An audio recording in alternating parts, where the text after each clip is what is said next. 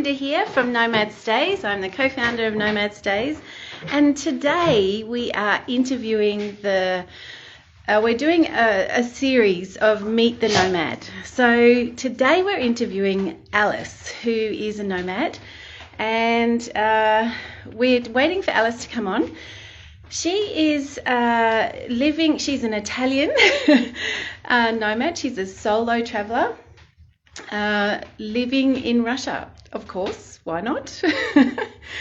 So we hopefully will get her on to have a chat. Alice is also working with Nomad Stays as a freelancer, and she is the one who does all of our newsletters for the Nomad. So if you're a member of Nomad Stays, then you can get Alice is our superhero who does our newsletters to the Nomads. So make sure that you sign up as a member, because it's free, and be part of our newsletter. So you'll see her story, or hopefully you'll hear her story today. So she is in Russia, so she's 2 hours. I'm in France, so she's 2 hours difference. Hi Lena, how you going? Another superhero from Nomad Stays. So Lena is just on with us at the moment, and she is in Germany. So she's one of our remote workers as well, and superheroes for for Nomad Stays. So hopefully we can get Alice on board and see if we can get her to say g'day. Otherwise, we might even get Lena on. Maybe, I don't know. So just to let you know a little bit about Alice, she is if you've seen her Instagram, she's a very cool chick. She's very much an adventure nomad as well. So she's an overland tour operator, tour guide as well, and she is a solo traveller. So I'm sure that there's plenty of you nomadic girls out there who are doing some solo traveling as well. So if you are doing some solo traveling, let us know. And here she is. Cool. So let's see if we can get her to come on board.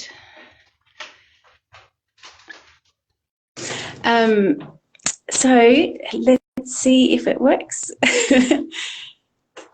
Hey. Oh, here she goes. Hi. Hi, good morning. Are you in cold Russia?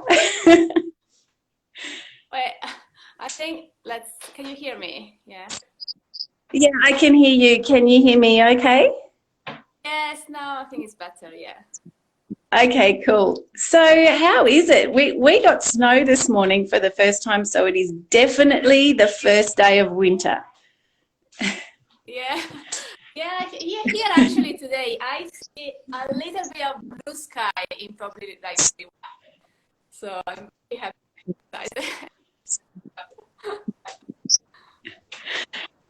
Cool. So is the weather getting a little bit nicer? No, I wouldn't be that positive and optimistic. Yeah. But I mean, it's pretty light, so for today I'm good. All right. So Alice, we have been talking about you when you weren't here. And just explaining how you are doing some amazing things. You're freelancing as a nomad, and looking after our crew here at Nomad Stays. And you're doing the newsletters for the Nomads. And we're also really interested in your background. Like, how did you become a nomad, ending up in an Italian nomad, ending up in Russia? It's a long story, but So I basically left Italy like 8 years ago, and then from that time I basically lived in different countries, and like no longer of like well, couple of times for like 6 months at the time, and then after that it was never longer than 3 months in the same house, in the same place, let's say. Um, yeah, and then I started tour leading. So that was my job for most part of the year. And then the past few years, I've been working for like 6, 7 months a year, 24 hours non-stop. And the rest of part of the year, I was keep on doing this life. So like moving from one place to the other, maybe for like few weeks or few months, and just, stay in the place I wanted and have a sort of normal life for some time, and then move on again and explore some remote areas. So yeah, I saw that on your Instagram that you specialize in remote areas. yeah, I think that is super cool because we love remote as travelers, Mark and I. So we are definitely those remote people. And I mean, going off the beaten track is probably one of the best things. So what's your experience with working as a nomad and traveling? Like, how are you finding your lifestyle? well, I'm really strict with myself, and I have like really strict rules. For example, like on things like lifestyle and like health and fitness and all these things that help me to get a routine. So I think it's like for me it's very important to have a routine, especially when you move so often and you move place and you move like you leave friends and you get new ones, and like I think like for your mental stability and your work is like super important for me, because I'm not very stable physically in a place. Like I need to find a stability like in other things. So that's how it works for me. And like I've always been quite lucky, because even when I go to remote areas, then maybe I go off for maybe like 10 days, couple of weeks maximum, with like no internet sometimes, but then I'm able to like go back and find, internet and coffee and, like, all these things that now are available, like even in the remoter areas. So yeah, like that's what I do, how I organize myself. Like I'm very well organized, and like I know what I'm doing, and like quite to be like try to be strict on this, and it works. That's really good advice because other people who are starting a nomadic life, or even corporates who are deciding that, oh, well, hey, hang on, I can actually just work from anywhere. They have this kind of, if they have some sort of framework, you're saying, that you can back themselves up with, makes your traveling so much easier. Definitely. Yeah. You need to know Yeah. yourself and like your limit, and what's the best time of the day to work, and what's the best, like what makes you happy in that moment, what makes you relax, what makes you working more. So it's like, yeah, you'll basically travel more into yourself while you're traveling, I think, outside, and get to know So you. true. Yeah. I love it. That's absolutely so true. So, as a solo traveler, I know that there's quite a few solo travelers. I'm a solo traveler at times. What are the challenges that you find as a solo traveler, and what are the advantages? How long do you have? Well, I mean, the advantages are just like so many.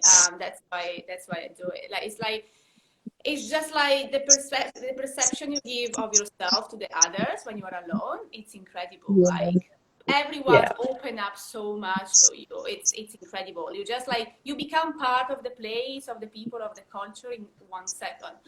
On the other hand, like it's not easy at all, because there are moments where you're like, I don't know, up in the northeast of India mountains alone, and it's raining and it's 6 o'clock in the evening, you just want to sleep and you're alone. It's like, okay, there's no one else around except for my Fun. elephant.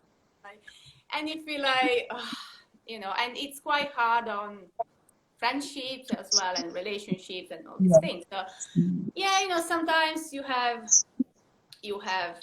that, but I don't know, like I tend to see maybe always the bright side, and I always see all those positive aspects. And like you are so independent, you don't rely on anyone, you decide what to do, how to do it, and it also maybe affects this later on because you're so used to do things the way you want. As you want that, as soon as you're with someone, then you need to start like making, you know, compromise and okay, you know, I'm not alone anymore. I cannot just decide myself. So, but like, especially like being a woman, I think, and a woman solo traveler in some areas, it's challenging. So it's not for everyone, and you need to get used to it. And you need to exercise. You have to be your best friend, like me, myself, and I.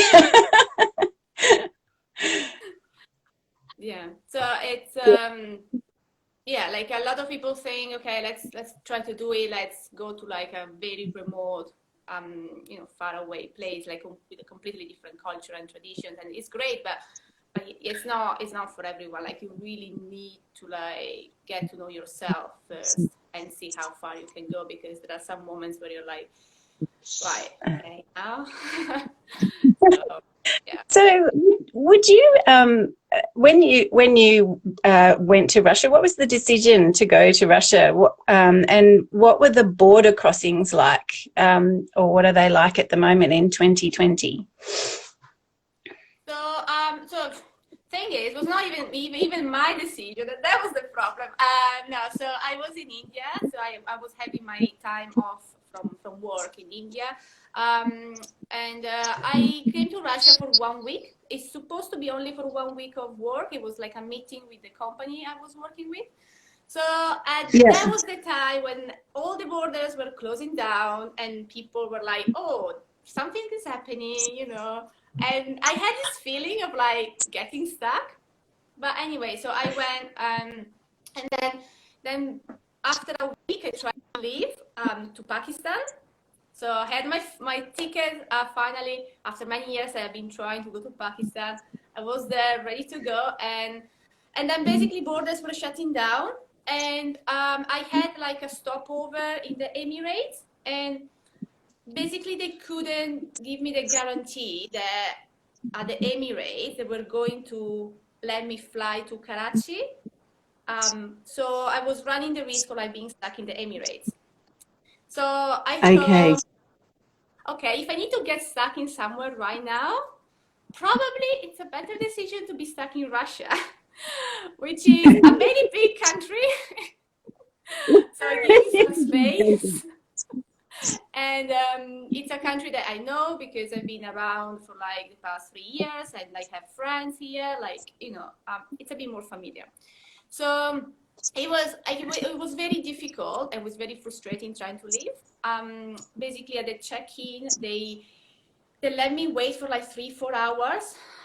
They couldn't let me go because they were checking with Pakistan because Pakistan was closing down. So it was very frustrating. And then like they basically let everyone go into the plane, and then I was there waiting. I saw like all the luggage going into the plane, closing up, and then they were just there waiting.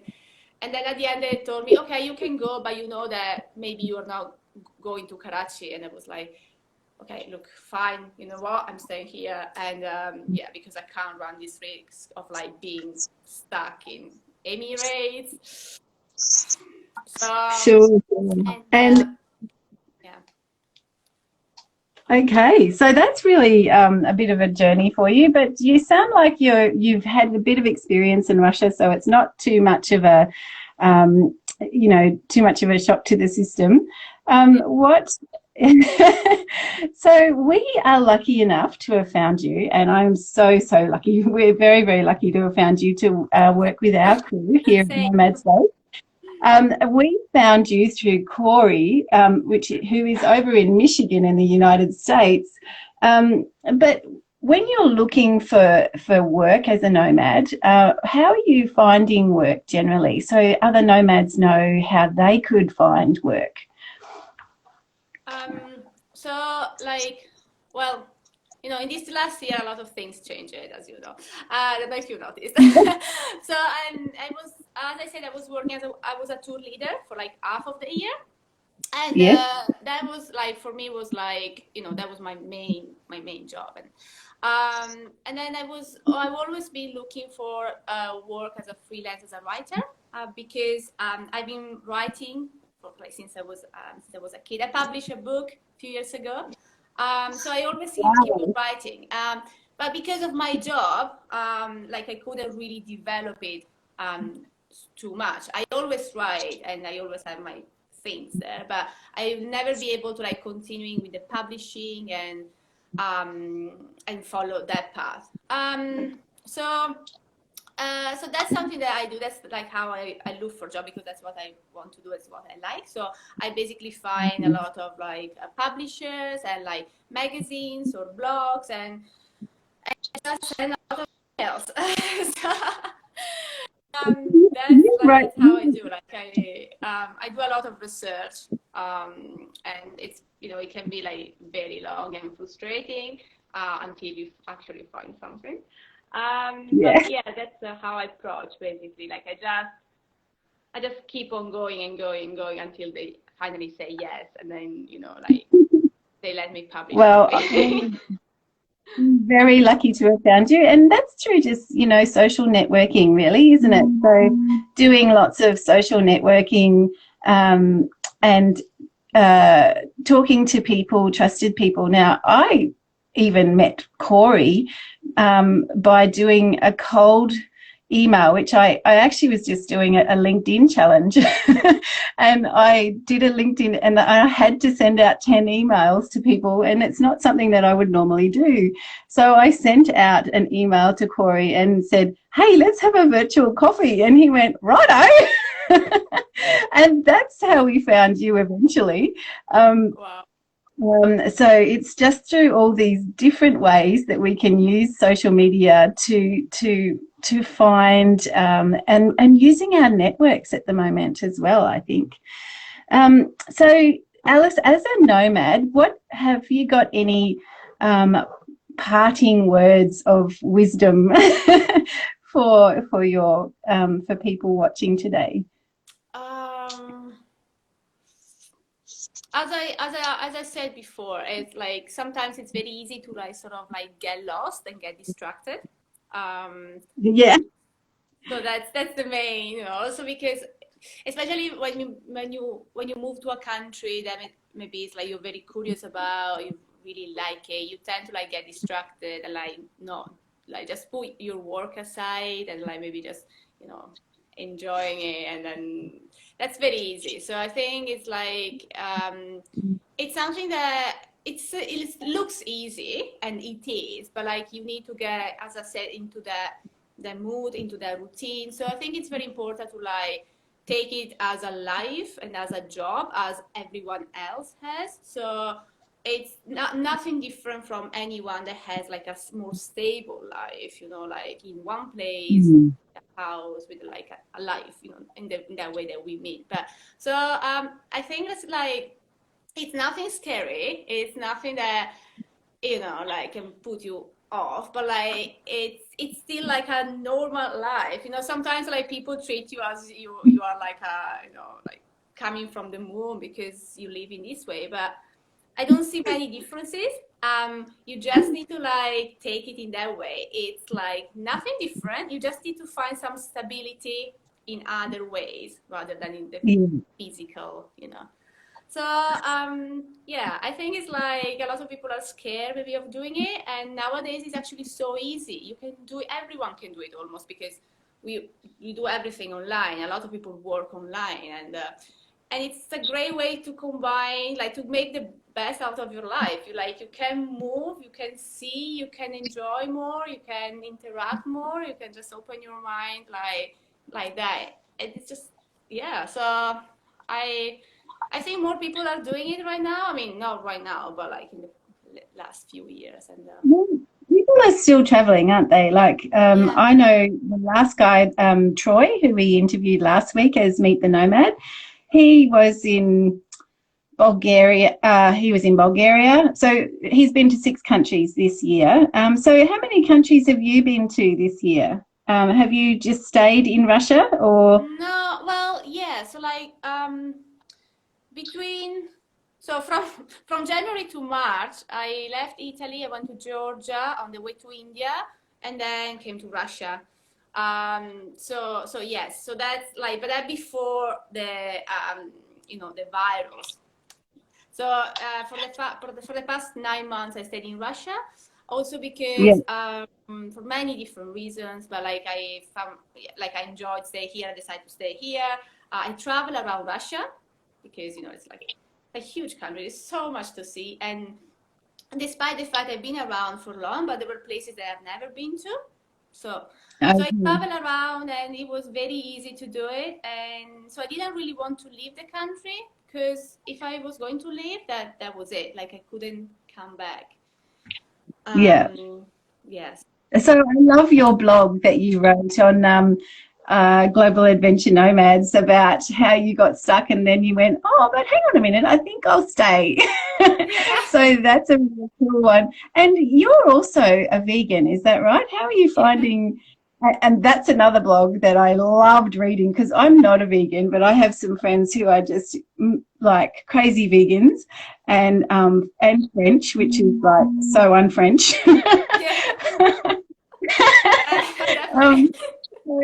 So I was always shocked, because they do cheese and butter and saucisson and all that sort of stuff. Anyway, so you're a vegan, and so how are you finding veganism in Russia? Like that, if no one's it's actually so easy, unbelievably easy. So I've been vegetarian for a few years, and that also because of my job, because I had to try things. I had to go to places and tell people what that was, how that tastes. So and I couldn't just go, oh no, sorry, I can't. But this year I finally I was here, and it's extremely easy to be vegan in Russia, like extremely easy, because you can find, like, there is a huge variety of like grains and pulses and like fruit, vegetables, nuts, and they're really affordable. So awesome.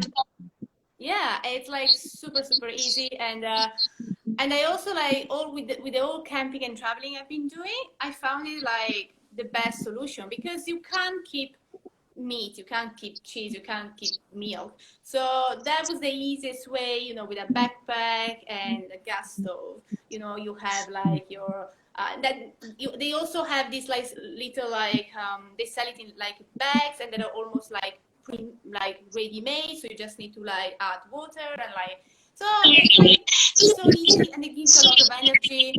So Russia was the best place, I think, to start being vegan. So yeah, definitely. I know it sounds strange, but because they do eat a lot of milk and cream and meat, but yeah. And so Unlearned has joined us, and she said vegan power. Or he or she, I'm not sure if it's a he or she. So we've had quite a few people join us, and we've had some of the stays, our Nomad stays join us as well on this, and they are doing some beautiful foods in co-living spaces. So talking about living spaces, where are you staying in an apartment, or are you in a co-living space? Is there co-working near you? Like what's happening?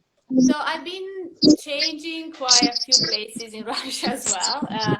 So at the moment I'm like in an apartment that I'm paying rent here. So it's like a friend. I'm in a small city, so I left Petersburg because it's too big for me. I'm not a city person, and I wanted like Yeah.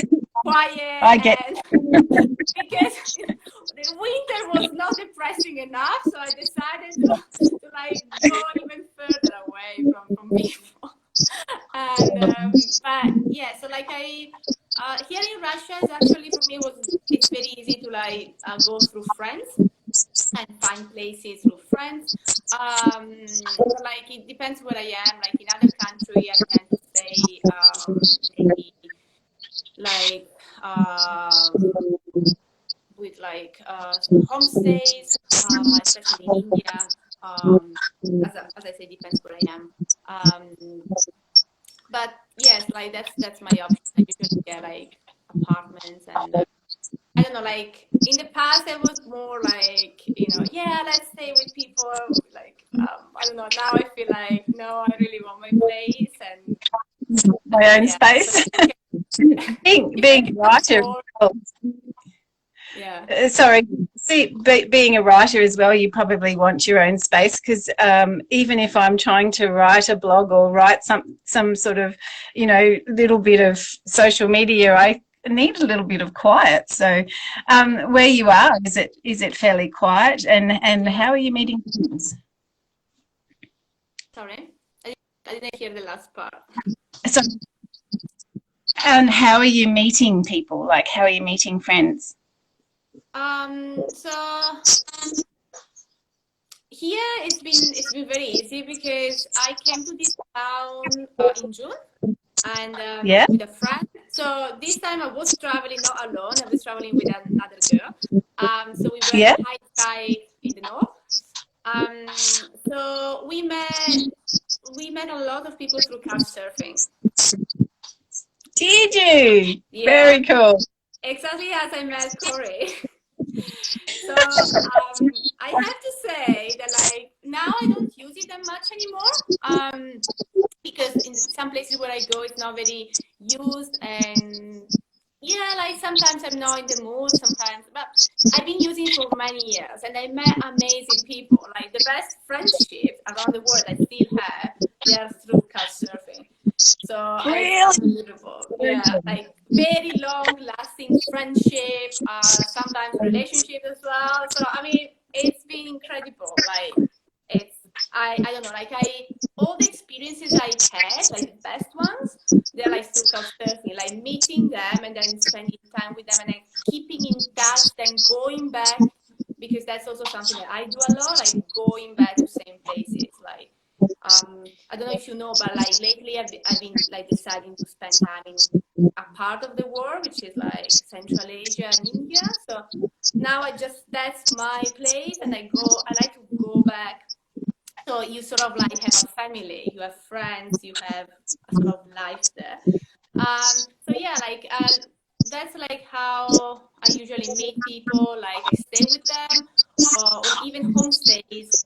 And then yeah, like as you notice, I talk a lot, and then yeah, like meet through friends. And I have a lot of like hobbies and interests, so like people suggest other people, and yeah, so that's do you have many languages? Sorry about that. Do you have many languages? Well, not really. Like I love languages, and I like to learn languages, but like fluently I speak Italian, English, Spanish. I can understand, like I get along a bit of German because I used to live in Germany. But yeah, like don't ask me about my Russian because it's a taboo. Yeah, so that's been my big problem. There is this relationship between me and like Russian language, and I've been fighting with it. I've been loving and hating it. I'm the same with French, because I've never learned a language before, and French, I learned some things, and I have to, even just ordering bread and just adding things onto the end of the sentence, I'm like, they're all going, okay, okay, like hurry up.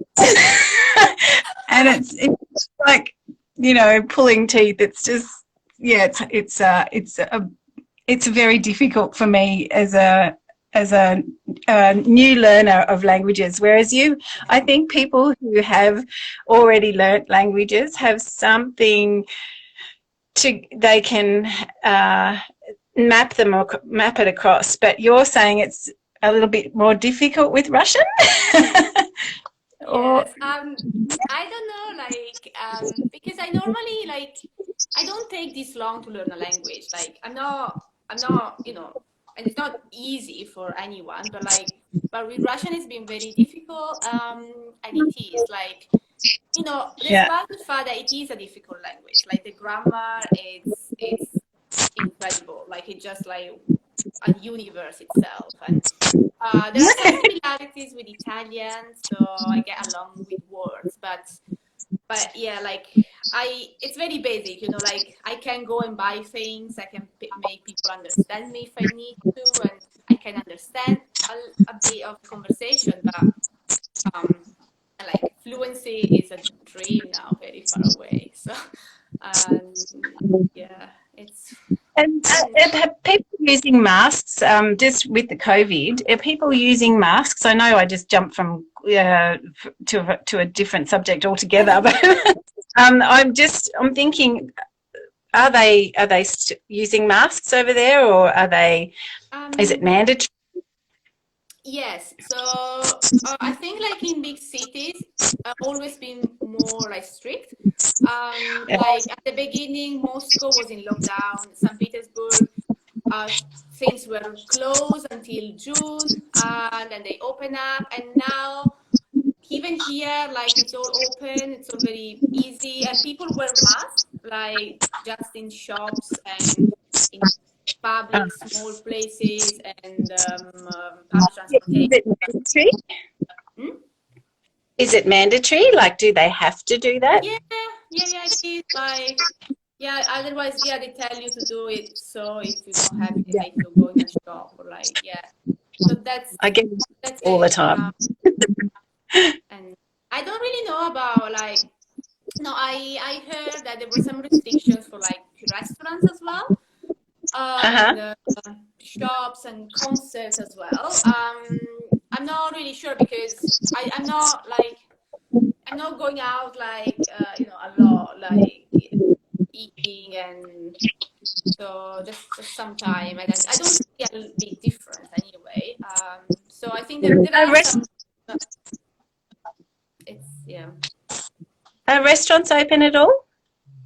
Yeah, they're open. Yeah, everything is open. Yeah, so because we're in lockdown.